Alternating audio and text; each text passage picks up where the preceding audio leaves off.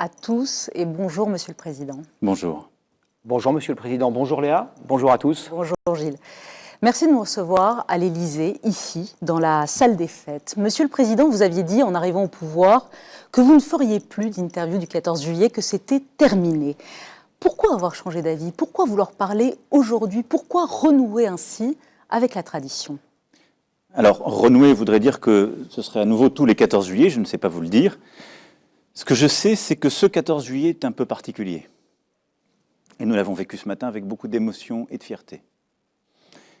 C'est un 14 juillet qui consacre la fierté d'être français, notre fête nationale, dans lequel nous célébrons nos armées. Nous l'avons encore fait ce matin, auquel nous devons tant, leurs familles, leurs blessés.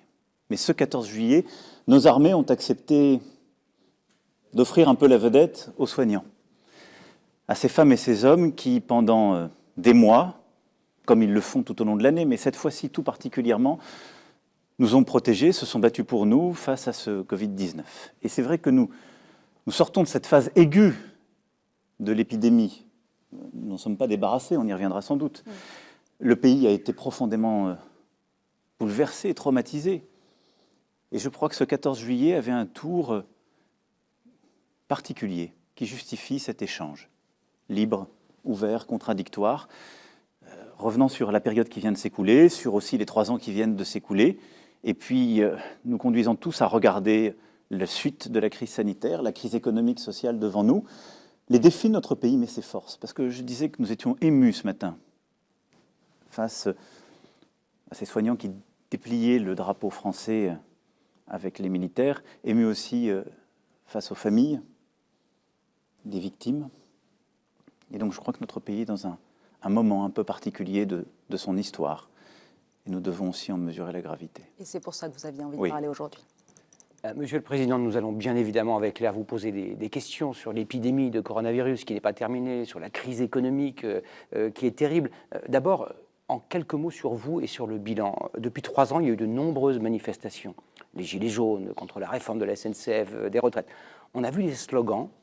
On a entendu des manifestants, on a entendu des Français exprimer à votre endroit de l'hostilité et parfois de la détestation. Est-ce que vous comprenez pourquoi? Oui, je peux le comprendre.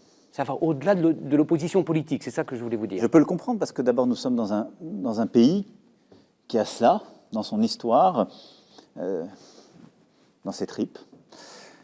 Parce que aussi j'ai sans doute laissé paraître quelque chose que je ne crois pas être profondément, mais que les gens se sont mis à détester. Ce président qui voudrait tout réformer pour que ce ne soit que les meilleurs qui puissent réussir, que notre pays finalement s'adapte à la mondialisation.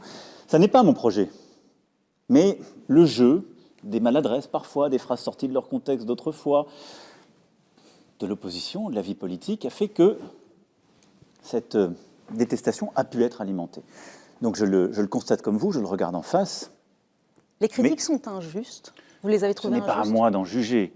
Je crois que la haine n'est pas acceptable en démocratie. On peut critiquer, moi je suis pour le débat, notre pays est une grande démocratie, mais la démocratie a cela que parce qu'il y a des élections libres, parce qu'il y a une liberté d'expression, la haine dans le discours et la violence dans les manifestations ne peuvent être acceptées.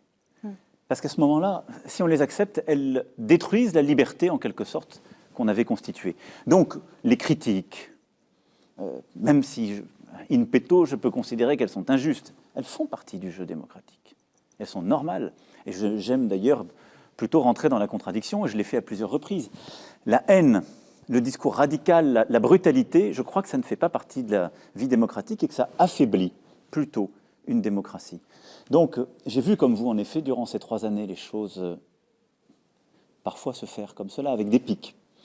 Des pics au sens, pardonnez-moi, au sens du terme. C'est-à-dire que ce n'est pas Macron démission, c'était ce qui est dans le jeu démocratique, c'est arrivé à vos prédécesseurs, c'est mort à Macron avec votre effigie au bout d'une pique. Ça relève de ce que je disais à l'instant, qui ne me semble pas, pour le coup, être dans le champ du registre démocratique. Mais qu'est-ce qui se passe dans notre pays? Et pourquoi je crois que la promesse, le pacte démocratique que j'ai fait avec les Françaises et les Français, sur la base duquel ils m'ont élu, est toujours valable en constatant ce qui n'a pas fonctionné. Notre pays, au fond, a peur et a une crise de confiance. Confiance à l'égard de lui-même. Regardez même la période récente que nous venons de franchir. Si nous nous écoutions nous-mêmes tous les jours, on faisait moins bien que les voisins. Nous étions les pires. Quand on commence à regarder le bilan, non, il y a une épidémie, on y reviendra une fois encore, on est loin d'être les pires. Mais nous avons en quelque sorte un doute permanent sur nous-mêmes en tant que pays.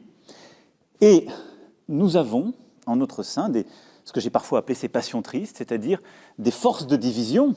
On lisait ce matin un texte du général de Gaulle qui en parlait lui-même, qui parfois nous conduisent à ne plus vouloir avancer parce qu'on ne pense qu'à ces divisions-là. C'était vrai quand je suis arrivé. Mais justement, c'est ce que j'allais vous dire. Vous parlez des passions tristes. C'était une de vos grandes promesses de campagne. Vous disiez, je serai le président qui va réconcilier les Français, qui va en finir avec les passions tristes, avec le ressentiment, avec l'esprit de défaite. 3 ans après, les Français sont divisés peut-être plus que jamais. Pourquoi vous n'y êtes pas parvenu? Écoutez, vous avez raison d'abord. Je n'y suis pas parvenu. Est-ce que ça veut dire que je vais arrêter de me battre, d'essayer de convaincre, de porter un tel projet? Non. Mais j'ai sans doute fait des erreurs qui ne m'ont pas permis d'y parvenir, et puis nous avons vécu le chaos, si je puis dire, et le grand fracas du monde. Depuis plusieurs années, ce que vit notre pays traumatise profondément. L'histoire est revenue, et l'histoire la plus tragique. Nous nous parlons aujourd'hui, moi je n'oublie pas qu'il y a 4 ans, le même jour, à Nice, les attentats frappaient notre pays à nouveau. Et cette ville, j'ai une pensée pour, évidemment, la ville de Nice et toutes les familles de victimes. Mais nous avons vécu le terrorisme. Nous avons vécu, au fond, des crises économiques à répétition et le chômage de masse qui affaiblit des familles, fait douter. La crise d'un modèle méritocratique républicain, qui est pour moi presque le plus important de nos problèmes au fond. Nous avons vécu une crise sociale sans précédent avec les Gilets jaunes, qui a été la colère d'une partie du peuple français, qui pour la plupart du temps travaillait en vivant mal et s'est dit « ce monde n'est pas fait pour nous, les réformes qu'ils font, ce qu'ils nous demandent de faire n'est pas fait pour nous ». Et en demandant du pouvoir d'achat, mais au-delà de cela, d'être rassuré sur au fond un projet de société, sur l'endroit où allait la France. Nous vivons une crise internationale, du multilatéralisme, un allié américain qui doute, quand il ne se retire pas, des grandes puissances qui reviennent dans notre voisinage. Mais votre responsabilité à vous... Et là, nous venons de vivre une grande pandémie. Votre et donc, face à tout ça n'est pas, vous en conviendrez, un grand accélérateur de confiance. Moi, j'ai mené, au début de ce quinquennat, avec le gouvernement d'Édouard Philippe, les gouvernements d'Édouard Philippe, des réformes tambour battant. Parce que je considérais que c'était sur ce pacte que les Françaises et les Français m'avaient élu. Moderniser le pays, avancer sur le marché du travail, la SNCF, la réforme des retraites, mais également l'école pour permettre justement de mieux éduquer, apprendre à nos enfants, en particulier en venant de milieux les plus modestes. Nous avons lancé une très grande réforme de la santé, avant même la crise. Mais j'ai donné le sentiment à nos concitoyens qu'au fond, je réformais pour eux ou malgré eux, comme pour adapter le pays à quelque chose qu'ils n'aimaient pas tellement et dont on n'était pas sûr de la destination, mais qui n'était pas juste. Qui n'était pas juste. Or, ce pourquoi je me suis engagé en politique, ce pourquoi j'ai voulu à un moment devenir président, ce pourquoi nous avons construit ce pacte, c'est pour rendre une France plus forte et plus indépendante. Et je crois que c'est par le travail, par l'économie, mais aussi par son modèle social. Et tout ça, on a contribué à le faire, mais peut-être en ne l'expliquant pas assez. Mais je le fais aussi pour que chacun retrouve la maîtrise de sa vie, de son destin, et qu'il y ait un chemin de justice. Et ça, je ne l'ai pas assez montré. Mais parce que nous n'avons pas produit assez de résultats, parce qu'on n'a pas été assez vite, je ne l'ai peut-être pas assez dit. Moi, c'est pour ça que je me suis engagé, pour que ce chemin qu'il y a dans la République, qui fait que, quel que soit son prénom, quelle que soit la famille d'où on est né, sa religion, sa couleur de peau, il y a un chemin qui permet d'arriver à l'excellence. Précisément, il y a quelques semaines, vous dites aux Français, sachons nous réinventer, moi le premier, moi Emmanuel Macron le premier. Et comment avez-vous changé ? En quoi avez-vous changé ? Je suis en train de vous dire, d'abord, reconnaître le... Est-ce que ça veut dire que le cap de 2017 n'était pas le bon ? Changer veut dire changer. Ça veut dire que la méthode utilisée durant les 3 premières années du quinquennat a permis de faire des réformes inédites. On a fait des réformes, et je rends hommage là à Édouard Philippe et ses gouvernements, qu'on pensait impossibles. Elles ont été faites. Et elles étaient nécessaires parce qu'elles ont redonné aussi de la force au pays, qui lui a permis de traverser la crise actuelle. Elles lui ont donné de la crédibilité internationale. Nous sommes repassés sous la barre des 8% de chômage. Nous avons commencé à conjurer avant cette crise. Oui, mais la crise est extérieure. Oui, bien sûr. Mais je veux dire, les résultats sont là, ils sont le fruit d'un travail de toute la nation. On était en train de gagner la bataille contre le chômage de masse. On était en train de baisser les impôts, et on les a largement baissés en même temps qu'on réduisait les déficits courants. Et nous étions en train de moderniser le pays. Et donc tout ça est positif. Par contre, la confiance n'avait pas retrouvé le pays. Et là, vous avez raison. Le constat de ce que j'ai réussi et je n'ai pas réussi, je suis obligé de faire ce constat. Parce que le moment que nous vivons est plus historique et plus profond. Et donc, ce que vous m'avez sans doute vu infléchir durant la période de la crise que nous venons de vivre, est ce que j'ai souhaité déployer avec un nouveau Premier ministre, une nouvelle équipe, mais plus profondément dans ce projet pour le pays, ce n'est pas changer de cap, de destination finale, qui est d'avoir une France forte, indépendante, dans une Europe autonome, et au fond que chacun puisse vivre mieux. C'est de changer de chemin pour y arriver. C'est d'associer davantage. C'est de passer davantage par le dialogue social, par l'association avec les élus. Et c'est peut-être de bâtir plus fortement une confiance si fragile. Et tous les Français, de quelque bord politique qu'ils soient, ont reconnu que le Premier ministre, Édouard Philippe, avait fait un bon job, ça avait été un bon capitaine dans cette terrible tempête sanitaire. Pourquoi l'avez-vous remercié, là, urgemment, tout de suite, maintenant? Parce que c'est une page politique et de la vie du pays qui se tourne. Parce qu'on ne peut pas dire on emploie un nouveau chemin, une nouvelle méthode, un nouveau temps du quinquennat, et dire on le fait avec la même équipe. Vous m'auriez à ce moment-là posé, à juste titre, la question exactement contraire. Comment pouvez-vous nous dire que vous allez changer de chemin et de méthode alors que vous avez les mêmes? Sauf qu'il a tout sauf démérité, Bien sûr yeux que même oui. des Français. Mais, et à mes yeux, au premier chef, si je puis dire.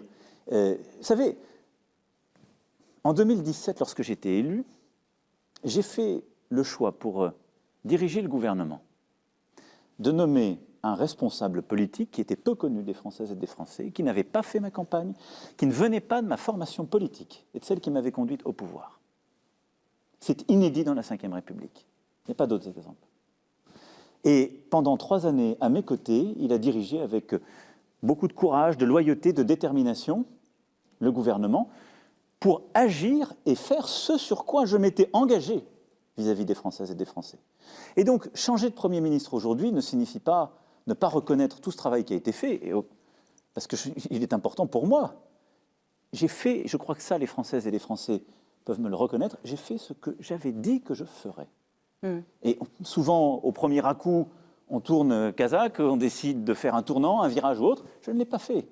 J'ai expliqué, continué, complété, mais nous avons tenu ce cap, nous avons tenu ce chemin.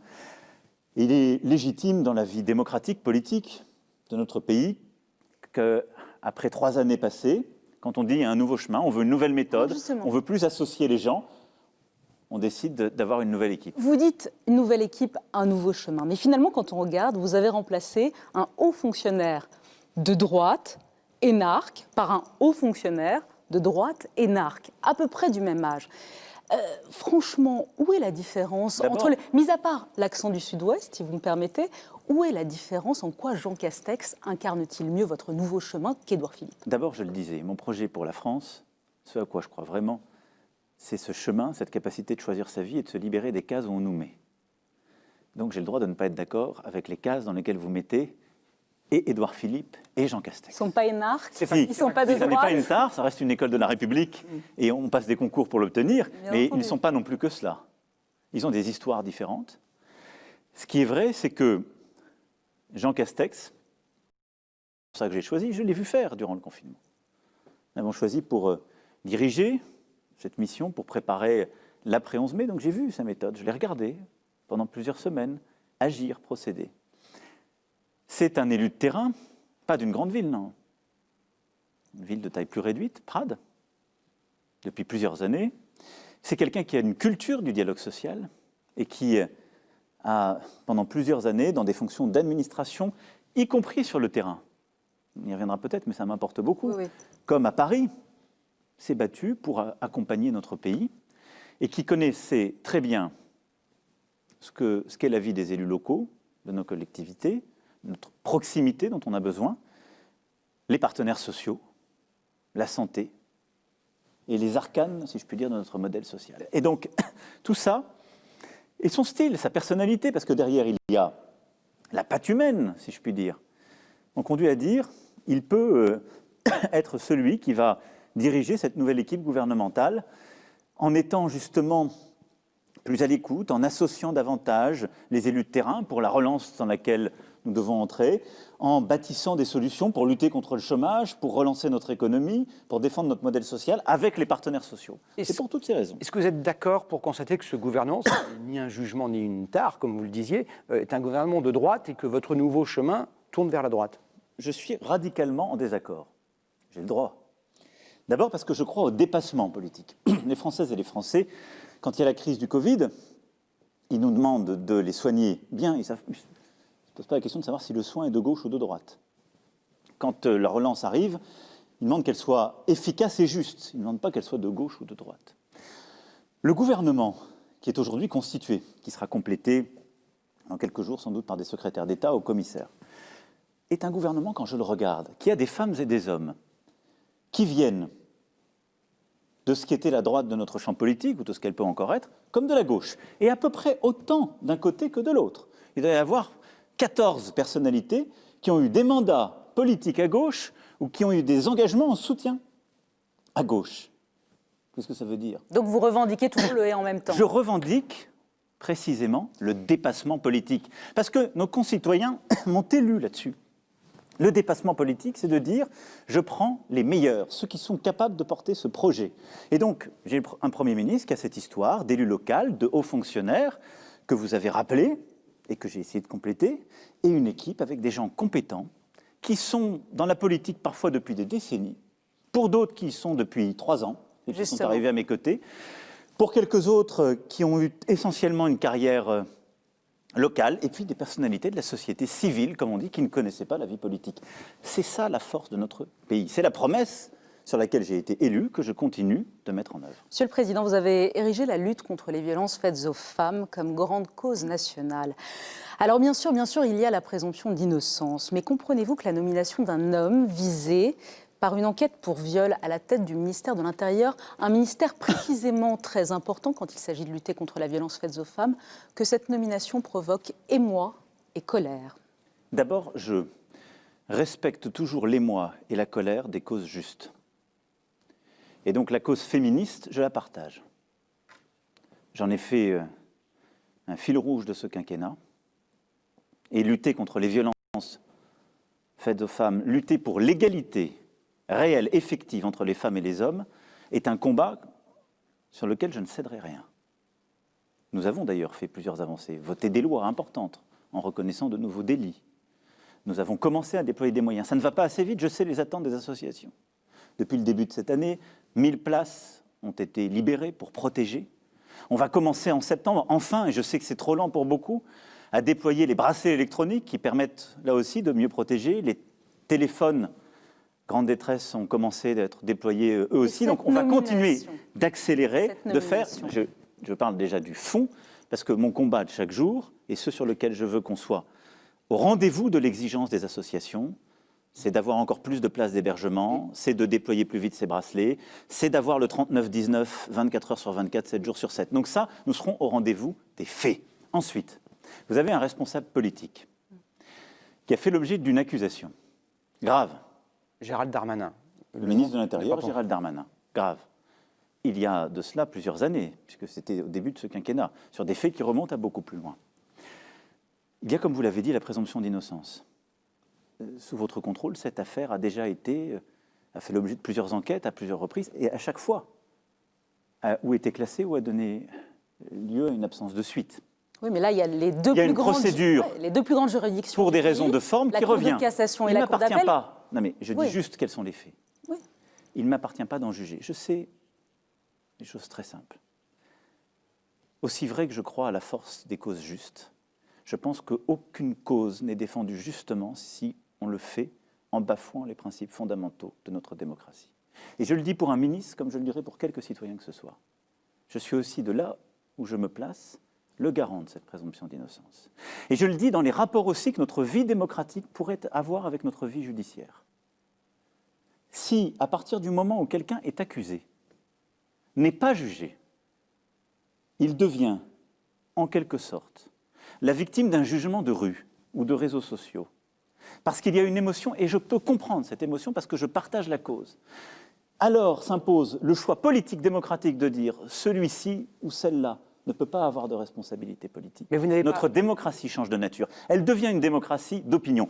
Moi, vous savez, pour la France, je veux le meilleur de notre pays. Je ne veux pas le pire des sociétés anglo-saxonnes. Mais dans le cas de M. Darmanin, vous n'avez pas hésité une seconde avant de le nommer à Mais ce j'ai eu une poste-là. discussion avec lui, parce que c'est un responsable politique qui est intelligent, engagé, qui a été aussi blessé par ces attaques. Donc il y a aussi une relation de confiance, d'homme à homme, si je puis dire. Le président de la République, un ministre nommé sur la réalité de ces faits et leur suite. Monsieur le Et Président. je sais que lui-même, d'ailleurs, est sensible à cela pour pouvoir exercer dignement ses fonctions. Mais ce que je dis là est important, parce que je chéris cette cause juste de la lutte contre les violences et de l'égalité effective entre les sexes. Mais je chéris ce qui peut faire de notre démocratie une démocratie plus forte encore, celle de ne pas céder à l'émotion constante. Monsieur le Président, la France sort d'une épreuve terrible, l'épidémie, le confinement. Certains évoquent déjà une deuxième vague. Est-ce que vous avez des informations venues des experts, des épidémiologistes, des EHPAD, des hôpitaux? Est-ce que ces informations que vous avez sont préoccupantes ou pas? D'abord, toutes les informations dont je dispose, vous les avez aussi. Elles sont partagées. Et depuis le premier jour, c'est d'ailleurs ce à quoi nous nous sommes astreints, c'est une transparence quotidienne, au moins quotidienne, pour dire où nous en sommes et comment les choses évoluent. Nous sommes sortis du premier pic qui nous a conduit à ce confinement, à cette décision si difficile, avec évidemment ces décès que nous avons eu à vivre. Plus de 30 000 de nos concitoyens sont aujourd'hui décédés de ce virus. Et un combat âpre mené par nos soignants, mais avec eux aussi les élus, les fonctionnaires de l'État, ce que j'ai appelé ces premières, ces deuxièmes et troisième lignes. Tout le pays s'est mobilisé et nous avons des résultats puisqu'on a réussi à endiguer le virus et retrouver presque une vie normale. Et je le dis parce que ça, c'est la nation tout entière qui a réussi. Et regardez certains autres pays, ça n'était pas une évidence et ça n'est pas donné. Et donc les Françaises et les Français peuvent être fiers d'eux. Ensuite, aujourd'hui, oui, nous avons des incertitudes. Toute la difficulté de cette période que nous avons vécue, c'est qu'on doit décider par gros temps sans tout savoir. Et nous avons tous vécu ce que peuvent être aussi les controverses entre les scientifiques. Il n'y a pas une ligne ou une doctrine. Il y a ceux qui vous disent ferme, il n'y aura pas de deuxième vague. Ceux qui vous disent elle est pour bientôt et c'est sûr. Ce que je vois... Là, vous ne savez pas, vous? Ce qu'on voit, c'est qu'il y a des pays où ça repart très fort. Les États-Unis d'Amérique, par exemple. Il y a, dans beaucoup de pays voisins, des indices d'une remontée. Et nous-mêmes, nous avons ce fameux indicateur que nous suivons, le R effectif, qui est en train de augmenter, qui est passé un peu au-dessus de 1. Ce qui veut dire qu'une personne qui a le virus transmet au moins à une personne le virus. Bon. Et les médecins voient revenir ça des maladies. Ça se réaccélère. Et vous avez raison, les appels, les débuts aux urgences. Donc nous avons... On part quand même un peu. Face à cela, nous devons prévenir et nous préparer. Prévenir, qu'est-ce que c'est? Nous avons appris pendant cette période. Et nous avons appris comment se transmettait ce virus. Mieux qu'au début. La meilleure prévention, ce sont ce qu'on appelle les gestes barrières contre le virus. Les masques, se tenir à distance et le gel hydroalcoolique. Et donc, il faut continuer d'appliquer ces gestes barrières. Là-dessus, on voit des faiblesses. Donc, j'ai demandé à ce qu'on passe une étape au gouvernement. Et je souhaite que dans les prochaines semaines, on rende obligatoire le masque dans tous les lieux publics clos. On le fait dans les transports, ça marche très bien. Mais c'est un peu erratique dans les lieux publics clos. Les protocoles, par exemple, le restaurant, fonctionnent très bien, doivent être respectés. Mais dans les magasins, etc., ça veut dire qu'il faut que les choses s'organisent. On ne va pas le faire du jour au lendemain, mais je recommande à tous nos concitoyens qui nous écoutent de porter le masque au maximum quand ils sont dehors et a fortiori quand ils sont dans un lieu clos. Et on va observer la situation, mais nous mettre en situation de pouvoir, par exemple, à partir du 1er août, le rendre totalement obligatoire. Donc les centres commerciaux dans lesquels, à droite, un magasin est interdit aux personnes non masquées et à côté, à 10 mètres de là, est ouvert aux personnes masquées, c'est terminé le 1er août. C'est le charme de la France. On dit les règles uniformes. C'est quand même la non. santé publique qui est en jeu. Je suis d'accord, mais pourquoi je dis ça en plaisantant? C'est que vous me dites, c'est pas cohérent. Le charme de la France, c'est que on est contre les règles uniformes en disant c'est totalement absurde, et dès qu'il n'y a pas de règles uniformes, on les demande. Bon, donc oui, je pense qu'il faut passer une étape, mais le plus important, c'est que ma recommandation, c'est d'en mettre. Ensuite, dans les événements à l'extérieur, quand on a une bonne distance, on n'est pas forcément tenu. Là aussi, c'est plus prudent. Non, mais on a vu, le Technival. Voilà, on a vu des événements récents.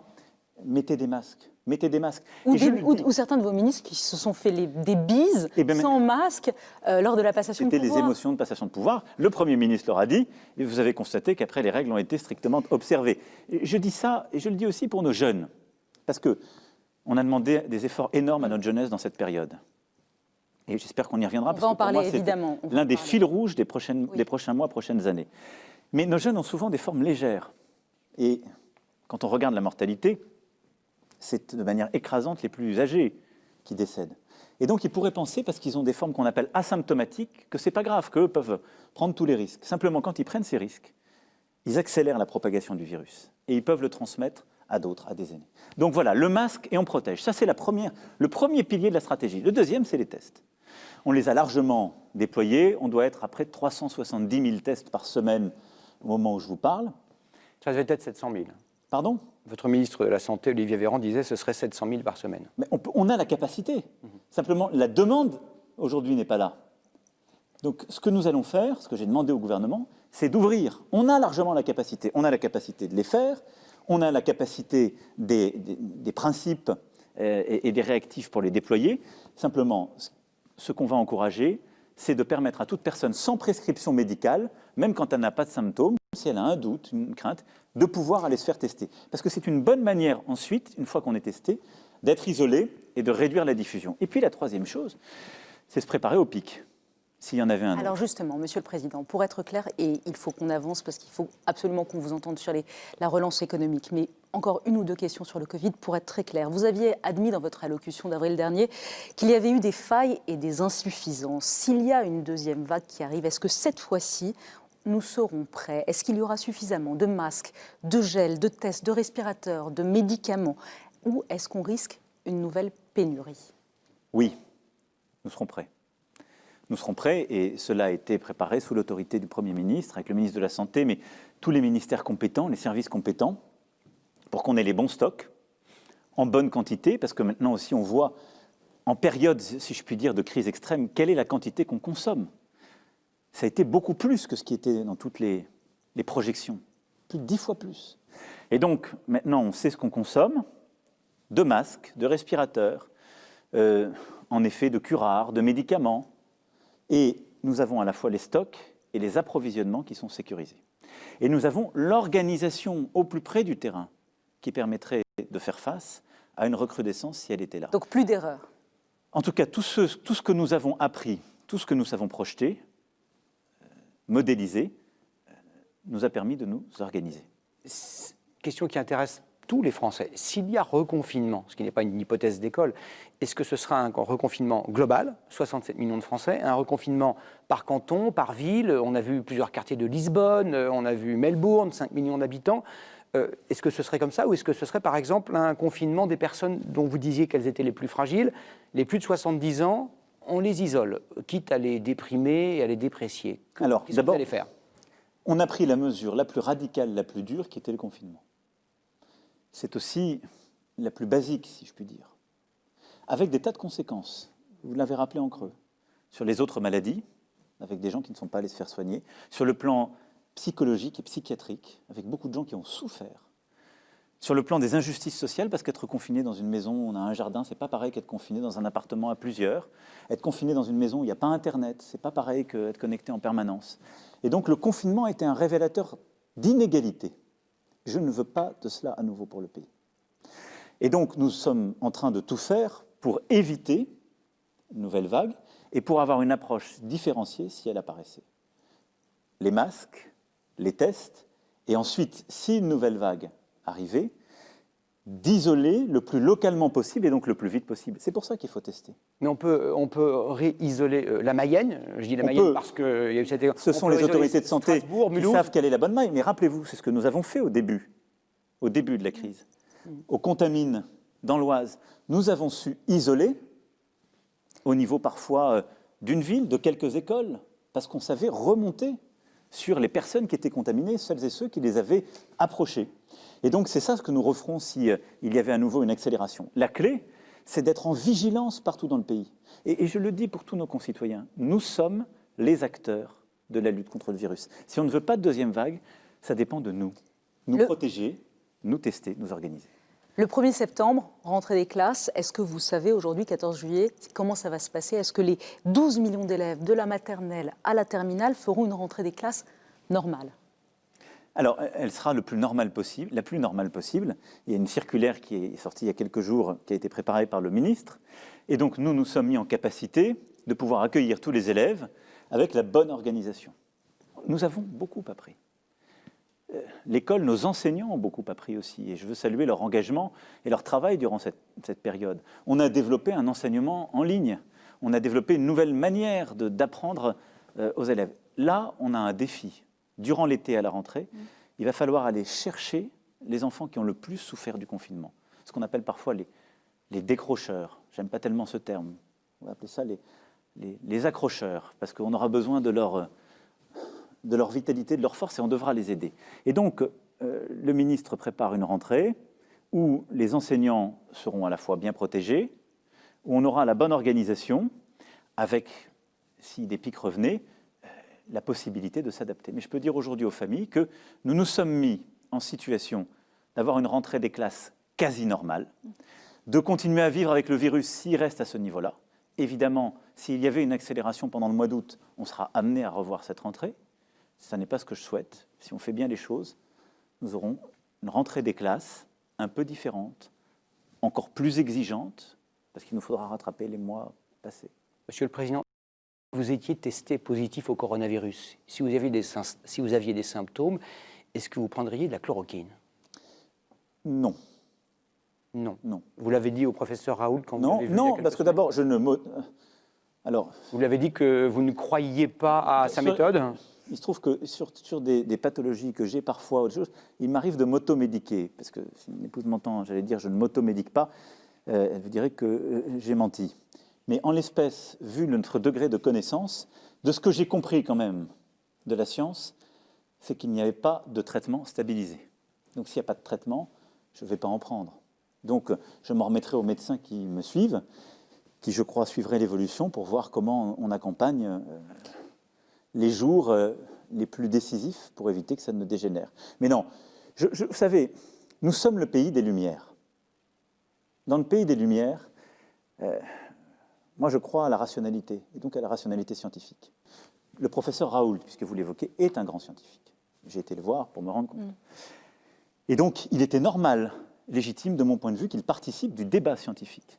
Mais ce n'est pas au président de la République ou à un politique de trancher un débat scientifique avec des critères politiques.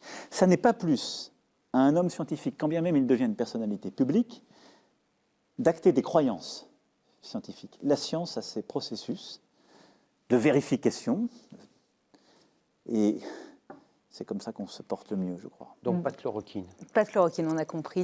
Peut-être que dans quelques mois, on verra que c'était le bon traitement, mais aujourd'hui, personne n'a prouvé que c'était le bon. Pas de chloroquine et pas d'automédication.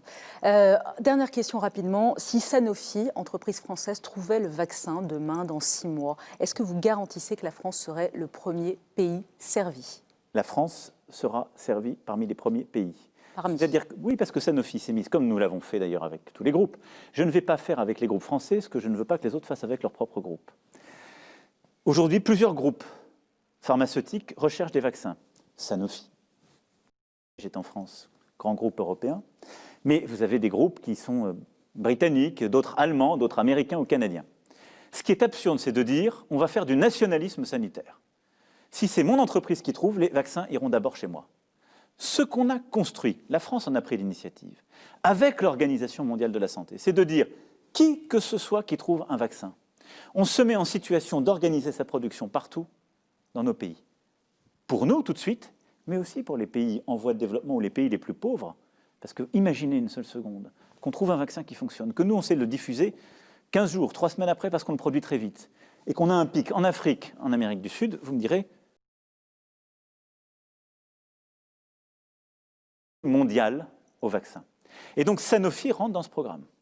Donc Sanofi, il y a eu beaucoup de polémiques, est rentré dans un programme américain.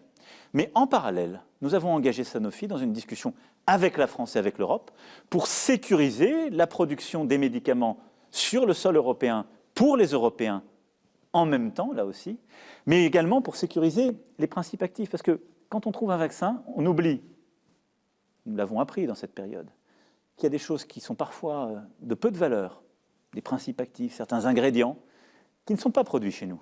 Et si on vient à en manquer, on crée la dépendance. Et donc là, on a des discussions avec les Japonais, avec d'autres Européens, pour sécuriser cela. Donc oui, je vous le garantis, mais ce qu'on a travaillé, c'est d'avoir véritablement un accès international au vaccin. C'est ça la coopération sanitaire à laquelle je crois. Il ne faut pas qu'il y ait un nationalisme.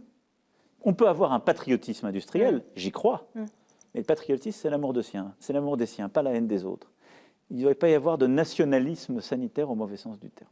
Monsieur le Président, cette crise a aussi fait plonger notre économie. Oui. L'INSEE prévoit pour la fin de cette année 2020 900 000 chômeurs de plus.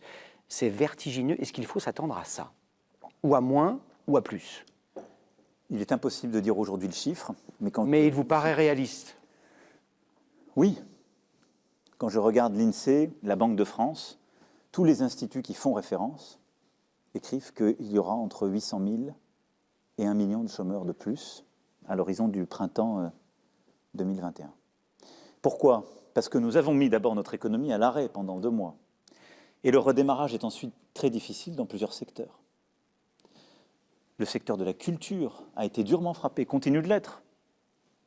Ce qui est un drame pour notre art de vivre à la française. C'est aussi pour ça que le plan de relance doit être un plan culturel. Mais ce qui est un drame pour les centaines de milliers, les millions de nos concitoyens qui vivent en travaillant à l'occasion de ces festivals. L'événementiel, les hôtels, cafés, restaurants, le tourisme, une bonne partie du commerce, les travaux publics, le bâtiment. Beaucoup de secteurs ont été impactés, d'autres qui sont en crise parce qu'il y a les conséquences mondiales de cette crise qui a touché tout le monde. L'aéronautique, l'automobile, etc. Et donc, nous allons avoir des plans sociaux, ils ont commencé. Et nous allons avoir une augmentation du chômage. Massive. Massive. Alors, ce qu'il faut faire, c'est nous préparer collectivement, agir pour défendre les emplois existants et en créer au plus vite dans les secteurs qui sont en expansion. Et donc, soutenir l'activité, soutenir les salariés et se préparer à la suite. Et ça, c'est ce qu'on a fait du premier jour. Le fameux « quoi qu'il en coûte » que j'ai prononcé au mois de mars, c'était la première réponse contre le chômage. Est-ce qu'il est toujours valable, quoi qu'il en coûte, aujourd'hui? La vérité, c'est qu'il est en train de continuer à se déployer. Mais nous allons maintenant... Il était légitime, une fois encore. Il était légitime parce qu'il y avait le feu à la maison. Et donc, on n'allait pas compter les seaux. Et ce quoi qu'il en coûte, il était légitime parce qu'il évitait une casse sociale, économique, avec les drames qui l'accompagnent, que nous aurons payés hier ou demain. Et donc, cet effort se poursuit. Mais comment les choses se font dans le temps? Dès le mois de mars, nous avons décidé à un niveau qu'aucun autre pays au monde n'a décidé. Je le dis parce qu'on peut être fier de la France, parfois. Et en l'espèce, je crois qu'on le doit. Nous avons accompagné les salariés avec un dispositif de chômage partiel qui n'a pas d'équivalent. Qui est le plus généreux en Europe. Qui est le plus généreux en Europe. L'Europe est le continent le plus protecteur au monde. Et le plus coûteux en Europe également. C'est vrai, c'est le plus coûteux, mais pourquoi? Parce qu'on a fait en sorte qu'il n'y ait pas de licenciement à cause du Covid dans cette période-là. Et donc que les gens puissent rester dans l'entreprise en étant payés en chômage ou en étant payés à moins travailler. Et donc c'est vrai qu'on a distribué énormément de chômage partiel et on a eu plus de 40% des salariés de notre pays qui ont été concernés par cette mesure.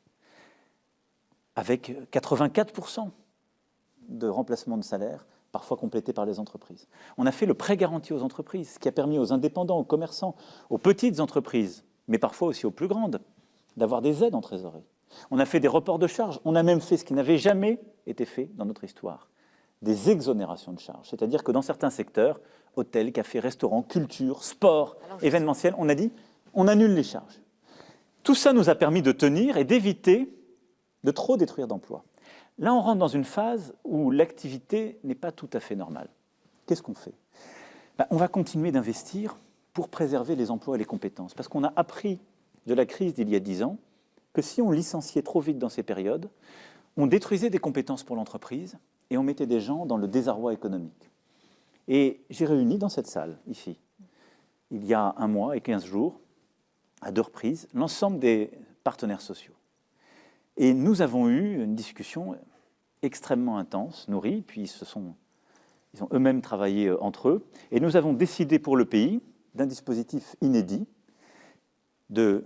d'activité partielle de longue durée, qui permet de garder dans l'entreprise les salariés, de les payer, parfois les uns en acceptant de travailler un peu moins, en allant vers des formations, et d'avoir l'État qui abonde ces dispositifs. Et donc c'est un plan, si je puis dire, anti-licenciement. Mais à quel coût, Monsieur le Président, quand on voit... Très important. Ah oui, mais à quel coût aussi pour les salariés? Monsieur le Président, quand on voit dans certaines entreprises comme de Richebourg, filiale d'Airbus, on demande aux salariés de baisser de 20% leur salaire pour pouvoir les garder. Vous, si vous étiez salarié, si votre patron venait vous dire, soit vous baissez votre salaire de 20%, soit je ne peux pas vous garder. Vous feriez quoi? Vous acceptez le deal ou vous dites que c'est du chantage inacceptable?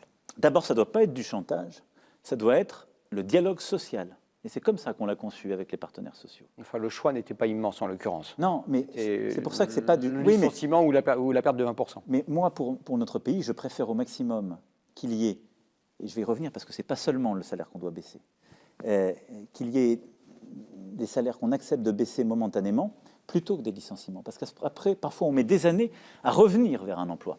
Mais ça doit passer par le dialogue social. C'est-à-dire que ce qu'on a conçu, ce à quoi je tiens, et qui contribue aussi d'une conviction que j'ai conçue et forgée à l'expérience, c'est quand il y a de la peur, de la conflictualité dans notre pays, le dialogue social, à l'échelle de la branche et de l'entreprise, a une valeur inouïe. Il a une valeur inouïe parce qu'il permet de mettre les gens autour d'une table. Et quand on se parle, pour dire les choses, pour partager ses contraintes, aucun patron ne veut que ses salariés travaillent moins. Aucun. Et je veux dire, ils partagent le même risque. Le patron prend souvent même plus de risques. Et un patron, il veut plutôt embaucher davantage et avoir plus d'activités. Mais parfois, on ne sait pas assez se mettre autour de la table. Ça a été mon défaut aussi. Et donc là, ça n'existe, ce dispositif, qu'en mettant autour de la table que par du dialogue social, dans la branche, dans l'entreprise, et en faisant quoi? En disant, on accepte de la modération salariale, pour un temps. Moi, je souhaite qu'elle s'accompagne, et on a mis en place ce dispositif, d'intéressement et de participation. Pourquoi? Parce qu'il faut que le salarié qui accepte, dans cette période, de faire un effort, le jour où ça va mieux, il ait droit aussi à sa part du mieux. Ça doit s'accompagner d'une modération des dividendes. Et c'est ce qu'on a demandé aux entreprises, auxquelles on abonde. C'est-à-dire que si on dit aux salariés de faire un effort, l'actionnaire doit faire un effort aussi. Et nous allons faire un effort avec l'argent public. Vous savez, on va mettre sur ce dispositif 30 milliards d'euros pour compléter parfois les salaires, pour financer des formations, pour permettre là, soit d'être le jour d'après un salarié mieux formé, mieux qualifié, qui gagnera mieux sa vie, soit d'aller vers des secteurs d'activité où il y a des opportunités. Parce qu'on sait que certains secteurs vont détruire de l'emploi. Et donc il faut qu'on utilise cette période, y compris d'activité partielle, pour former, pour permettre aux salariés d'acquérir des compétences sans être au chômage, pour aller vers des secteurs qui vont créer de l'emploi. La rénovation thermique des bâtiments, la filière hydrogène. Attendez, on y vient. On y vient, mais je veux qu'on parle des jeunes. Vous avez raison. Vous avez raison, parce dans les semaines qui vont venir, il y a 700 000 jeunes du CAP, BEP jusqu'au Bac plus 5 qui vont arriver sur le marché du travail, sans compter les autres jeunes de 18 à 23 ans qui sont aujourd'hui, pour un grand nombre, au chômage. Qu'est-ce que vous allez faire pour que les entreprises les embauchent? Est-ce que vous allez baisser les charges? Est-ce que vous allez faire des emplois avec zéro charge sociale? Est-ce que vous allez donner des primes à ces entreprises? Alors, vous avez raison, notre jeunesse, ça doit être la priorité de cette relance. Je dis la priorité, parce que c'est à notre jeunesse qu'on a demandé le plus gros effort. Ne pas sortir, ne pas aller faire la fête, ne pas pouvoir passer ses examens, parfois devoir renoncer à sa première embauche. Et elle vit dans l'angoisse qu'on connaît tous à cet âge-là, qui est un âge de transition. Qu'est-ce qu'on a déjà fait? De dire on ne doit pas perdre la bataille de l'apprentissage, de l'alternance, de tous les contrats professionnalisants. C'est une des grandes victoires des 3 premières années. Dans notre pays, on disait toujours qu'il faut faire de l'apprentissage, etc. On n'y arrivait pas. On a simplifié les règles, simplifié les financements. C'était en train de décoller. Et donc là, on a mis sur la table un dispositif où on paye massivement la première année. Vous allez au-delà? là, on va au-delà de tout ce qui avait été fait jusqu'alors. Et donc, on accompagne les entreprises jusqu'à 250 salariés sans aucune condition. Et au-dessus des 250 salariés, on leur dit « faites votre 5% d'apprentis ». C'est-à-dire, et là je le dis en responsabilité, parce qu'on a tous une responsabilité dans ces moments. Quand je vois des entreprises, des grandes entreprises, qui préfèrent prendre des stagiaires et de la précarité, plutôt que signer un contrat pro, ou signer avec un alternant, c'est irresponsable. Et vous leur dites quoi? Mais on leur dit, et on se bat. Et donc, vous allez les on les incite. par la loi? Alors, il faut faire très attention en cette matière, parce qu'avec des bonnes intentions, on finit avec le pire. Si on les contraint par la loi, on va les suivre, on va les inciter, on va, là aussi par le dialogue et la construction, si on leur dire ça suffit les stagiaires. D'abord, on vous dit, oui, regardez, non, mais on suit les choses quand on les dit. Et j'ai demandé au ministère du Travail de se focaliser sur ce dispositif. Mais je ne vais pas vous dire, on va passer une loi pour interdire les stages, parce que les stages ont aussi leur mérite. Mais je dis, là, il y a un effet de bord. Et donc, l'apprentissage, les contrats professionnalisants, une aide inédite pour qu'on ait des embauches en cette première année. Ensuite, nous allons avoir un dispositif exceptionnel d'exonération des charges pour les jeunes, en particulier pour les faibles qualifications ou les emplois jusqu'à 1,6 SMIC. Exceptionnel parce qu'il durera 1 à 2 ans, on va l'évaluer, mais il faut qu'il y ait cet élément d'accélération. Et surtout, on va créer des mécanismes nouveaux. 300 000 projets et contrats d'insertion qui permettent d'aller chercher les jeunes qui sont parfois les plus loin de l'emploi, qui n'ont pas réussi à trouver justement l'entreprise qui leur signe leur contrat d'apprentissage ou leur alternance. Et donc cela, on va aller chercher avec des contrats d'insertion, on en crée 300 000. On va créer un formidable accélérateur sur le service civique qui fonctionne, dont nous avons vu la qualité. On a 140 000 à peu près contrats dans le service civique aujourd'hui. Nous allons en créer 100 000 dans les 6 mois qui viennent. 100 000.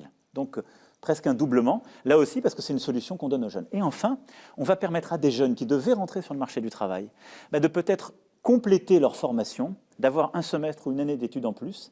Et donc, on va ouvrir 200 000 places dans des formations qualifiantes supérieures pour permettre à un jeune qui a absolument aucune issue, aucune perspective d'embauche, de poursuivre un peu ses études. Monsieur le Président, avec un accompagnement social. Monsieur le Président, encore beaucoup de questions. On a connu en décembre et en janvier la grève sans doute la plus longue qu'ait connue la France depuis 100 ans contre votre réforme des retraites. Aujourd'hui, tous les syndicats, de la CGT au MEDEF, vous disent surtout ne nous remettez pas la réforme des retraites sur la table, c'est pas le moment, c'est pas le moment. Pourquoi vous obstinez-vous à faire absolument cette réforme des retraites là, tout de suite, alors que nous sommes dans une crise économique majeure? Je ne m'obstine pas à la faire là tout de suite, je vous rassure. Ah, vous la faites pas? Non, non. Alors, vous voyez tout de suite, vous transformez, vous. Elle ne peut pas se faire comme elle était emmanchée avant la crise du Covid. Est-ce que c'est une bonne idée de l'abandonner totalement? Je ne crois pas. L'amender, oui. La remettre à la discussion, à la concertation. Et pourquoi? D'abord parce qu'il y a 2 choses dans cette réforme. Il y a la réforme du système universel par points. Je pense que cette réforme est juste. Et elle est faite pour celles et ceux qu'on a appelés les premiers de corvée. Les femmes et les hommes qui ont été en première ligne, caissières, livreurs, métiers modestes, souvent avec du temps partiel subi, cette réforme des retraites, ils en sont les grands gagnants. Et parce que je vous rappelle que dans cette réforme, il y a aussi la meilleure prise en compte de leur période d'activité, et il y a également une avancée sociale inédite, qui est la retraite à 1 000 € pour tout le monde, le minimum contributif à 1 000 €. Si on a contribué toute sa vie. Minimum contributif, c'est-à-dire pas le dispositif, qui est le minimum vieillesse non contributif. Et donc, ce sont des avancées sociales pour ces personnes. Et c'est vrai que dans la réforme du système par points, on revenait sur des avantages qui avaient été acquis dans le temps par d'autres régimes, par exemple les régimes spéciaux. Je crois que cette réforme est juste. Il faut peut-être lui donner un peu plus de temps, mieux la concerter, on doit la remettre sur l'ouvrage. Et à côté de ça, il y avait l'aspect financier de la réforme. J'ai été élu à un moment donné où le comité d'orientation des retraites disait « il n'y a pas de problème de financement ». J'ai moi-même assumé devant les Français de dire « il n'y aura pas de mesure d'âge parce qu'il n'y a pas de problème de financement ». 6 mois après mon élection, le même comité a commencé à dire « il y a un problème de financement ». Et ce problème s'est aggravé. Et ce qui est plus grave, il va falloir leur demander maintenant. Ben là, il est gravissime. Et donc, 30 milliards. On est passé de 4 milliards à 30 milliards. Donc, vous voyez bien que nous avons devant nous 2 devoirs. Je le dis parce que c'est pas dans la main du gouvernement. La retraite, c'est le patrimoine de ceux qui n'en ont pas. Dire on fait comme s'il n'y avait pas de problème, c'est dire je sacrifie le patrimoine de ceux qui n'en ont pas. C'est de dire je prends le risque de ne pas pouvoir payer la retraite demain. Donc, nous devons regarder notre système de retraite en face comme l'ensemble de ce que nous sommes en train de faire. Et comment vous le financez? Et donc, l'âge pivot, c'est fini. en méthode. L'âge pivot d'Édouard Philippe. On va justement faire de la méthode. Donc augmenter le nombre de trimestres, travailler. J'ai déjà montré mon ouverture sur tous ces sujets. Votre préférence?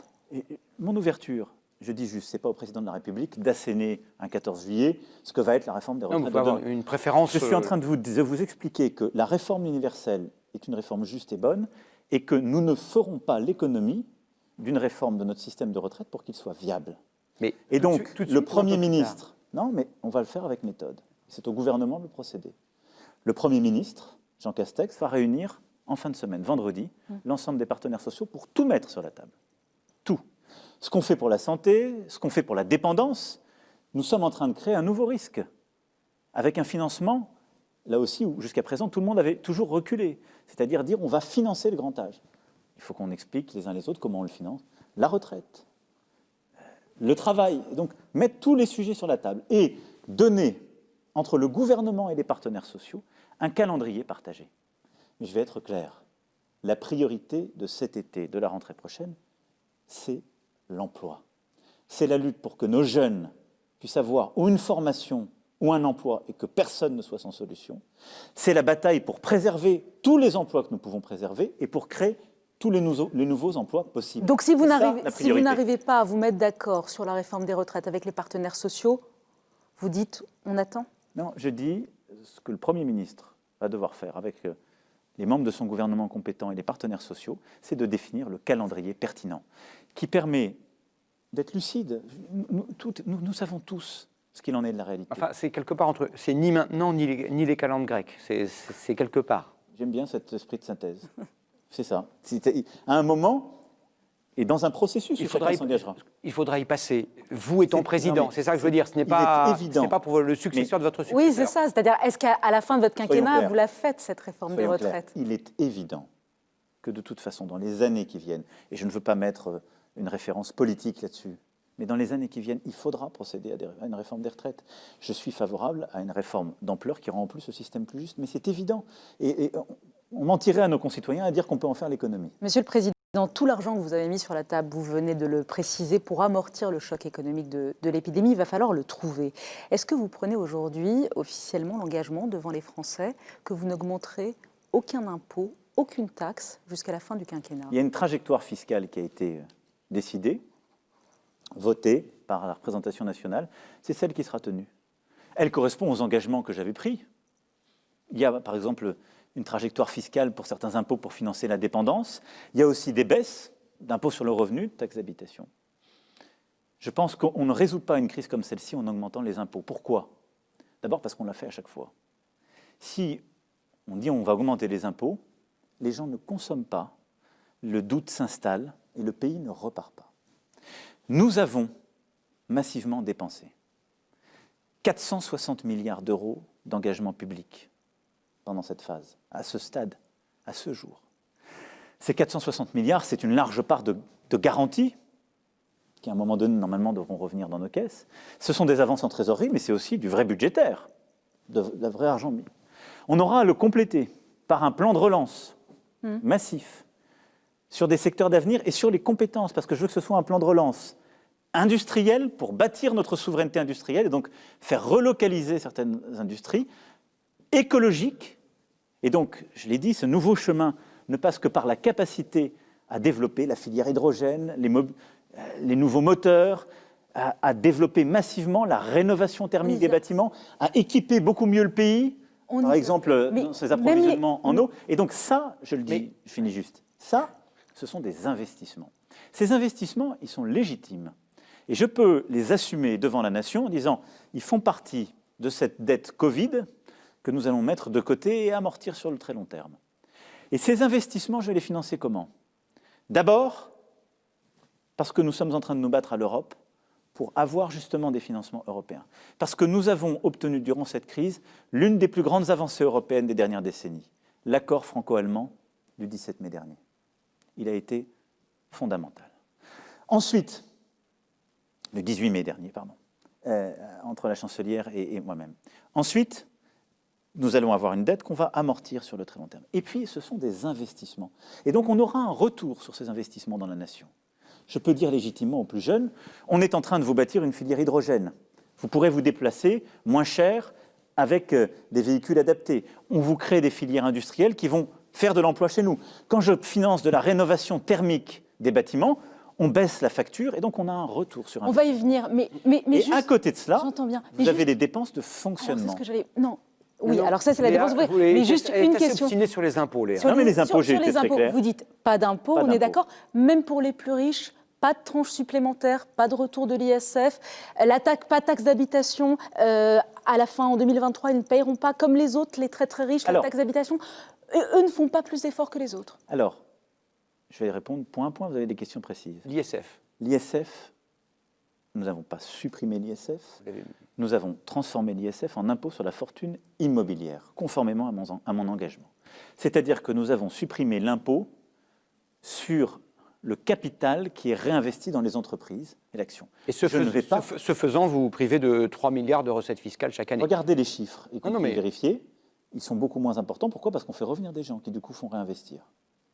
Et c'est cohérent. Nous avons d'ailleurs les résultats de cette politique, puisque nous avons obtenu le rang de numéro 1 en termes d'attractivité en Europe, ce qui n'était jamais arrivé à la France Donc, ces dernières décennies. On ne revient pas sur l'ISF. On ne va pas revenir sur la partie où on taxe l'entrepreneur qui réinvestit dans l'économie. Elle est absurde.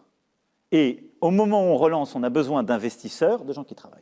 Ensuite, la contribution spéciale, etc. Nous sommes un des pays où la fiscalité sur le revenu est la plus importante.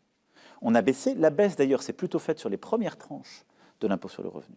Et ce que je vais dire, les yeux dans les yeux, en sortie de crise, la priorité, c'est de remonter l'impôt sur le revenu de ceux qui gagnent le plus. Non, ça ne réglera rien.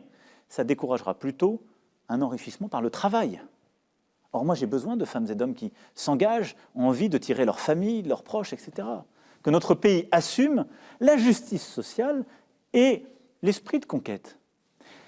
Il y a une option qui est possible, c'est à la main du gouvernement, qui serait de décaler un peu pour les plus fortunés d'entre nous, la suppression de la taxe d'habitation, ce qui est peut-être en période de crise quelque chose de légitime. Et j'entends ce que vous dites, moi je partage ça aussi. L'esprit de justice, sans envoyer un signal désastreux, pourrait être de dire ceux qui payent aujourd'hui la taxe d'habitation pour laquelle elle n'avait pas encore baissé, on peut peut-être prendre un peu plus d'années pour le faire, parce qu'on est à un moment exceptionnel, parce que c'est assez légitime et que c'est au fond du bon sens. Voilà. Il y a 3 semaines, les Français ont élu dans de nombreuses villes, dans de grandes villes, Strasbourg, Bordeaux, ailleurs, des maires écologistes. Vous avez vous-même invité, convoqué une convention dite citoyenne, et vous êtes engagé à soumettre un certain nombre de questions à référendum. Combien de référendums ? Quand ? Et sur quelles questions précises et concrètes ? Alors, la seule question sur laquelle il peut y avoir un référendum, compte tenu des demandes qui ont été faites par les citoyens de la Convention citoyenne, est une réforme constitutionnelle. Celle de l'article 1er, qui place l'objectif de lutte contre le réchauffement climatique et aussi le respect de la biodiversité dans notre texte constitutionnel. J'y suis favorable. Je pense que c'est une avancée majeure et je pense que c'est une avancée qui permettra de créer du droit et donc des contraintes et d'aider à transformer notre pays. La Constitution ne me permet pas aujourd'hui de décider d'un référendum demain matin sur cette base. Il faut d'abord qu'il y ait un vote par l'Assemblée, puis le Sénat, dans des termes conformes, et selon les termes de notre Constitution, à ce moment-là, il peut y avoir ou un congrès ou un référendum. Ce sera quand ? Et donc, ça dépend du cheminement, mais le plus vite possible. Le plus vite possible, à la fin de cette année où Je souhaite en tout cas l'engager dans les meilleurs délais. Ensuite, il y a énormément de propositions, 146 autres, qui ont été faites par nos concitoyens. Et je veux ici souligner l'innovation dont la France a été capable. Aucun pays au monde n'a procédé à une telle convention sur des sujets aussi compliqués. Et moi, j'en ai acquis la conviction, après la crise des Gilets jaunes, un moment où d'ailleurs beaucoup de nos concitoyens, avec sincérité, force, ont dit « nous, on ne veut pas choisir entre la fin du mois et la fin du monde ». On croit dans la cause écologique. Mais simplement, vous ne nous donnez pas de solution. Et c'est vrai que ça a souvent été le malentendu dans notre pays. On a en quelque sorte stigmatisé une partie de nos concitoyens, on a culpabilisé une partie de nos concitoyens, par exemple quand ils étaient agriculteurs, quand ils utilisaient des véhicules diesel, quand ils avaient tel ou tel mode de vie, en disant ça c'est pas bon pour le climat. Nous sommes un grand peuple de 66 millions d'habitants. On doit trouver un chemin commun pour bâtir un nouveau modèle écologique et productif. Monsieur le Président, en quelques mots, parce que reprendre 146 mesures, tout ça est très clair, tout ça est très flou et abstrait, si vous me permettez. Concrètement, dans la vie des Français, dans 6 mois, qu'est-ce qui changera pour eux? Qu'est-ce qui sera plus écologique dans leur vie, dans leurs maisons, dans leurs bâtiments, dans leurs écoles? Comment on verra les choses et à quelle échéance? On va déployer massivement, on a commencé à le mettre en œuvre en début de cette année, une prime pour rénover son logement. Beaucoup plus fort. Elle est en train de décoller, si je puis m'exprimer ainsi. On va y mettre beaucoup plus d'argent pour que les ménages, les plus modestes en particulier, mais les autres, puissent procéder aux rénovations pour dépenser moins d'énergie dans la maison et en même temps préserver notre climat. C'est écologique et social. Nous avons commencé à mettre en place des mécanismes d'accompagnement, cette prime à la conversion. 800 000 Françaises et Français ont changé de véhicule. Ils ont changé d'un vieux véhicule polluant pour prendre un véhicule de dernier modèle, ou hybride, ou électrique, ou essence, ou diesel, mais beaucoup moins polluant. Je veux qu'on ait un très large programme, beaucoup plus simple encore, qui est en quelque sorte « je roule écologique et modeste ». Troisième sujet, nous allons nous rénover massivement les bâtiments. Et donc je veux qu'on se lance dans un grand programme de rénovation de nos écoles, de nos EHPAD pour commencer, en lien avec les collectivités publiques qui sont derrière ces bâtiments. Mais nous pouvons faire des économies d'énergie massives, avoir nos enfants et nos aînés qui vivent beaucoup mieux, produire de l'emploi pour faire ces rénovations et faire cette transition. Autre exemple très concret, aller beaucoup plus vite et fort sur la réduction du trafic dans les zones à forte émission.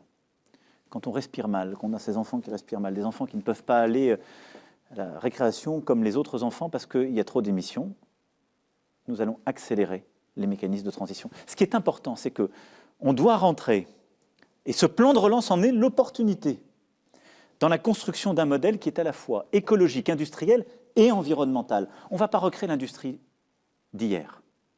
Mais on peut, en France, redevenir une grande nation industrielle grâce et par l'écologie. Pourquoi ? Parce qu'on ne va pas importer des matériaux de l'autre bout du monde dont le bilan carbone est absolument abominable. On va reproduire dans nos régions. Parce que le numérique va nous permettre aussi de produire des plus petites quantités plus vite grâce à l'impression 3D. Parce qu'on va aider nos entreprises, petites, moyennes et grandes, à investir pour passer à ce modèle écologique. Moi, je crois à cette écologie du mieux, pas à cette écologie du moins. Est-ce que vous croyez aussi aux mesures concrètes? Vous avez dit, et plusieurs membres de votre gouvernement ont dit, à la fin de ce quinquennat, plus aucun trajet pour les Français, en France métropolitaine, qui puisse être fait en 2h30 en train, ne sera fait en avion.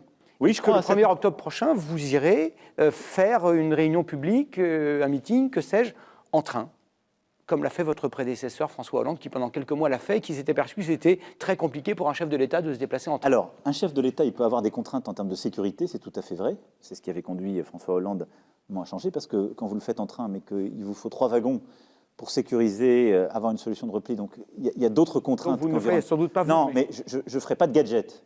Et donc je le ferai à chaque fois que c'est possible, dans des conditions qui sont réalistes. Ça, vous avez ma garantie. Mais plus important, je souhaite que, et nous avons fait cette demande, plutôt nous avons mis cette condition pour la compagnie Air France. Partout où nous avons déployé du TGV dans notre pays, et où telle ou telle ville est à 2 heures de Paris, 2h15, est-ce que les lignes intérieures, qui sont de 1h, 1h10, se justifient encore? Non. Et donc là, on doit rationaliser notre modèle. Et donc ça, c'est très concret, vous avez raison. Par contre, quand vous avez le train qui met 3, 4, 5, 6 heures, est-ce que le vol domestique, la ligne d'avion se justifie? Oui, parce qu'on a besoin d'aller à Brive, on a besoin de continuer à développer à Toulouse, à Pau de l'industrie, on a besoin de continuer à aller dans des villes qui sont des chefs-lieux de département, elles-mêmes des métropoles, où l'industrie a commencé à se développer, et on ne va pas du jour au lendemain dire on ne fait plus d'avions. Donc il faut le faire là aussi, avec du bon sens, mais ce sont des choses très concrètes, la transition écologique. On va redévelopper le fret ferroviaire, massivement. On va redévelopper les trains de nuit, là aussi. On va redévelopper les petites lignes de train, parce que tout ça, ça permet de faire des économies et ça permet de réduire nos émissions. En vous écoutant avec Léa, quelque chose nous est venu à l'esprit. Vous annoncez tellement de choses à venir, tellement de réformes. On se dit qu'il vous reste 600 jours, 2 ans, c'est très court. Ça ne vous invite pas à aller au-delà? Vous ne pensez pas qu'il vous ferait des 50 plus?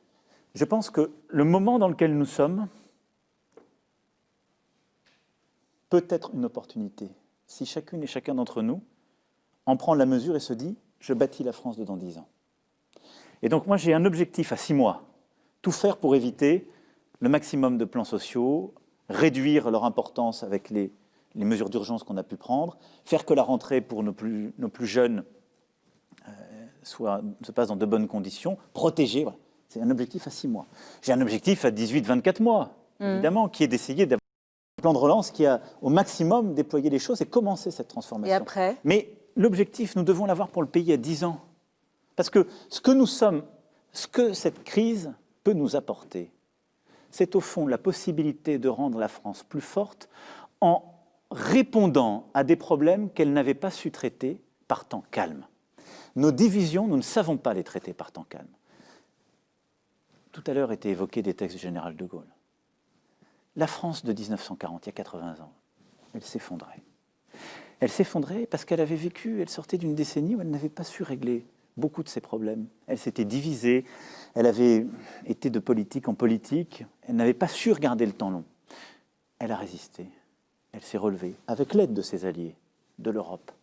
Et ensuite, en quelques années, nous sommes redevenus une grande puissance internationale. Nous nous sommes dotés de l'arme nucléaire. Nous nous sommes dotés de l'énergie nucléaire. Nous avons rebâti notre pays. En quelques années, nous en tirons encore aujourd'hui des bénéfices. Oui. Ce que nous n'avons pas su faire durant ces 30 dernières années, et j'en prends ma part, parce qu'on était dans les divisions, parce qu'on était peut-être dans les politiques qui souvent étaient trop lentes, dont on ne percevait pas les résultats, parce que nous vivons une crise inédite, parce qu'on mobilise des financements inédits, parce qu'on a une Europe qui est en train de changer, parce que nous, on met, avec ce plan de relance, en plus de cet argent déjà mis, au moins 100 milliards d'euros pour faire la relance industrielle, écologique, locale, culturelle et éducative. Je suis convaincu qu'on peut bâtir un pays différent d'ici à 10 ans. Et quand je dis ça, quel est mon objectif? De revenir à ce qu'on disait au début de notre entretien. La seule possibilité de répondre aux peurs de nos concitoyens, c'est de leur donner un monde à voir. C'est de dire, quand vous êtes agriculteur, non, vous n'êtes pas foutu. Non, vous n'êtes pas l'ennemi du bien-être animal et de l'agriculture, de l'alimentation saine. Ce n'est pas vrai. D'abord, notre alimentation est saine et la France est dans l'excellence du modèle agricole. Mais oui, en vous aidant, en investissant, on va bâtir une souveraineté agricole qui n'existe pas. Aujourd'hui, j'importe la plupart de mes protéines. Je peux les produire en France. Monsieur le Président, dans les 10 prochaines années, ça veut dire avec vous dans les 10 prochaines années? Il y a des choses sur lesquelles le peuple français est souverain, et c'est bien ainsi. Mais on a le droit de voir loin et grand, y compris quand il ne reste que 600 jours. C'est ce que j'ai demandé au gouvernement, c'est ce que je m'applique à moi-même. Vous êtes candidat à un deuxième mandat? Vous avez songé à être candidat? Je sais que les intempestive. Non, mais elle se pose. Une autre chose. Pas prématurée. Nous sommes de l'autre côté du versant du quinquennat. Une autre chose. Vous avez raison de me rappeler que j'ai passé l'hémistiche et que je suis sur une pente descendante. Pas descendante. De ce quinquennat. Mon devoir, là où je suis, c'est de ne pas faire de calcul. C'est de se dire, notre pays, parce qu'il y a cette crise, peut sortir plus fort. Mais votre décision, vous la prendrez quand? Est-ce que vous vous êtes donné... Quand je vous le dirai. Oui, d'accord. Mais est-ce que vous avez un calendrier? Pourquoi voudriez-vous que je décide aujourd'hui de m'enfermer dans un autre calendrier que le calendrier démocratique? Vous parlez de vous projeter sur 10 ans, Monsieur le Président. Est-ce que vous n'avez pas l'impression que la Ve République est à bout de souffle? Vous aviez pensé la changer, vous aviez pensé faire une réforme constitutionnelle, vous ne l'avez pas faite. Est-ce que ce ne serait pas le moment, empêché, comme peut-être pour un deuxième mandat, de faire une réforme constitutionnelle, de peut-être revenir au septennat, peut-être faire la proportionnelle, tout ce que vous aviez promis que vous n'avez pas fait? Je ne m'étais jamais engagé sur le septennat. La proportionnelle est en effet un de mes engagements. Et après, je souhaite toujours réduire, en particulier le nombre de parlementaires. Il y a un chemin que la Constitution impose et pour lesquels les données politiques, les contraintes politiques ne me permettent pas de le faire. Je pense que nous vivons une crise démocratique profonde. On ne peut pas avoir les niveaux d'abstention que nous avons vécus à des élections municipales sans nous dire que quelque chose ne va pas. Et pour moi, ça procède de plus loin. C'est que s'est installée l'idée que les gouvernants ne pourraient rien changer. La pire des maladies dans une démocratie, c'est le « à quoi bon ?» qui crée une espèce de fatalisme et à côté de ça, de colère absolue. À quoi bon se disent les uns et plutôt tout abattre se disent les autres. Au risque d'ailleurs de faire bousculer ce que nous avons conquis de haute lutte par notre histoire. Je crois que notre pays a la ressource. Mais c'est à nous de faire aussi notre part. D'avoir un État bienveillant qui accompagne, qui facilite, qui va plus vite. Mais de retrouver ce chemin dont je parlais tout à l'heure. Dans notre République, quand on naissait dans une famille, on se disait, j'irai dans l'usine, l'entreprise ou la mairie où travaillent mes parents. Quand on réussissait bien à l'école, parce qu'un instituteur vous avait repéré, on savait quel était le chemin, parce qu'on réussissait bien à l'école, qui permettrait de gravir les échelons dans la société. Moi, je suis l'enfant de cette République. Moi, il n'y a rien dans mon histoire familiale qui justifiait que je me retrouve avec vous aujourd'hui. Je le mesure des jours comme le 14 juillet. Moi, je l'ai fait parce que, sans doute, des femmes et des hommes ont eu la chance de croiser des instituteurs de la République qui ont dit à leur famille un peu incrédule, elle peut continuer, il va continuer. Et ils ont fait un chemin, et ce chemin, ils l'ont fait faire à leurs enfants. Et ce chemin, il n'est plus perceptible par nos concitoyens. C'est parce qu'ils sont réfractaires, non. Français ou Gaulois? Non, vous le disiez. Je suis Gaulois, moi aussi, réfractaire, mais je l'ai dit en m'incluant. Non. Ça l'est parce que nous avons progressivement construit des corporatismes. On a oublié cette promesse. Et ça aussi, parce qu'aujourd'hui, oui, mais ça... Vous aviez dit mon ennemi, c'est l'assignation à résidence. Vous vouliez casser ça. Mais je veux encore. Vous y êtes parvenu? Et je continue. Je pense qu'on a fait des choses très fortes. L'obligation scolaire à 3 ans est une décision très forte. On n'avait pas changé l'obligation. Mais aujourd'hui, vous trouvez que c'est l'égalité des chances, quelle que soit votre je vais y venir. Ce qu'on a fait pour l'école, avec le dédoublement des classes, pour l'orientation, pour le supérieur, c'est un début. On doit aller beaucoup plus loin, beaucoup plus fort. Aujourd'hui, vous avez raison. Il y a encore de la discrimination dans notre pays. Il y en a pour les diplômes, et il y en a pour l'accès à la haute fonction publique, trop. Il y en a pour la couleur de peau. Et il y en a pour la représentation. Le défenseur des droits dit... Il y en a pour les contrôles. Si vous semblez être noir ou arabe, dit le défenseur des droits, vous avez 20 fois plus de chances d'être contrôlé au faciès. C'est un fait. Vous avez beaucoup moins de chances. Il ne vous est pas imputable. Non, mais donc ce chemin, quand on parle de la défiance démocratique qu'il y a dans notre pays, c'est ça. Et quelle que soit votre couleur de peau, c'est ça. Et je veux, avec beaucoup plus de force, m'attaquer à cela. Donc oui, on va le continuer sur l'école. Vous parlez du contrôle au faciès. Je l'ai dit au Premier ministre, au ministre de l'Intérieur. Ça fait trop longtemps qu'on parle de cela. Nous allons tout reprendre et généraliser avant la fin du quinquennat toutes les caméras piétons qui permettent, sur ces sujets comme sur celui ensuite, des modes opératoires, de rétablir la confiance entre la population et la police. Donc il y aura des caméras partout? Des caméras qui sont justement portées dans chaque brigade qui intervient et qui permettent de retracer la vérité des faits, qui permettent de protéger, de rétablir cette confiance. Le gouvernement y reviendra, mais c'est pour moi un élément essentiel de ce patriotisme républicain auquel je crois. Mais donc oui, notre Ve République, elle traverse des doutes, des crises. Est-ce que je cède à la fatalité? Non. Je pense que nous avons devant nous des mois qui seront durs. Moi, je ferai tout pour protéger les Françaises et les Français. Mais nous avons des défis qu'il nous appartient de relever. Et ça dépend de chacune et chacun d'entre nous. Ça ne dépend pas que du gouvernement. Ça dépend de toutes les Françaises et tous les Français. J'essaierai de conduire ce chemin, mais celui qui consiste à ce que chaque Français, chaque Française puisse choisir sa vie dignement dans la République. Et que nous rebâtissions à nouveau une nation de citoyens forte est mon seul objectif. Merci. Merci, Monsieur le Président, d'avoir répondu à nos questions. Merci beaucoup, Léa. Merci Gilles, merci Monsieur le Merci Président. à vous. Et bon 14 juillet à vous et à tous nos compatriotes. Très bon 14 juillet à tous. Merci beaucoup.